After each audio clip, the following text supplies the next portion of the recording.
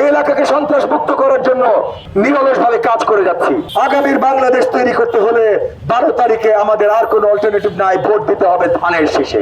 ঢাকা 13 সমস্যা, সন্ত্রাস, চাঁদাবাজি, মাদক ব্যবসা, কিশোর গ্যাং, গ্যাস সংকট, রাস্তা সংকট, জলবদ্ধতা, ময়লা সংকট, সংকটে সংকট। এই সংকটগুলো থেকে নিরসনের জন্য তারাও জানেন যে আমরা ধানের শীষ মার্কা এবং আমি ববি হাজ্জাজ নিরলসভাবে কাজ করে যাচ্ছি।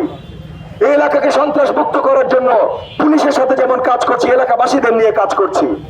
টহল টিম থেকে শুরু করে নতুন পুলিশ বক্স বসানো, সিসিটিভি ক্যামেরা বসানো, সব কাজ আমরা করছি। এখানে জলবদ্ধতা ঠেকানোর জন্য খাল পরিষ্কার আমরা করছি। প্রতিদিন জনতার কাছে ছুটে যাচ্ছি আমরা তাদের যেই যেই প্রয়োজনে। উল্টো দিকে আমাদের প্রতিপক্ষরা শুধু এগেন মিথ্যার ফুলঝুরি ছড়াচ্ছেন। সানশাইন আটা ময়দা সুজি, ভালোবাসায় তৈরি তাদের কাজের কোনো পরিচিতি নাই, শুধু পরিচিতি আছে অপপ্রচারে।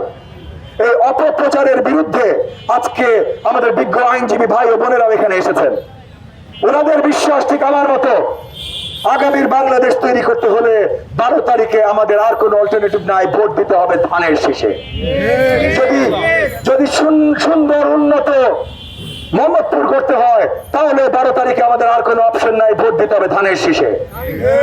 তাই আমার মিডিয়ার ভাই বোনদের ধন্যবাদ জানাই।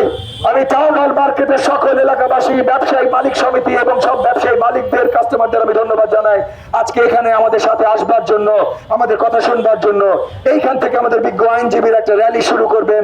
আমি মিডিয়া ভাই বোনদের অনুরোধ করবো এখান থেকে যেন র্যালিটার কভারেজ করেন। আমরা টাউন হলের সামনে দিয়ে যাই, বাজারের ভেতর দিয়ে যাব, শেষ শাসনের রোড দিয়ে আরো আমরা অগ্রসর হব তাজমহল রোডের দিকে।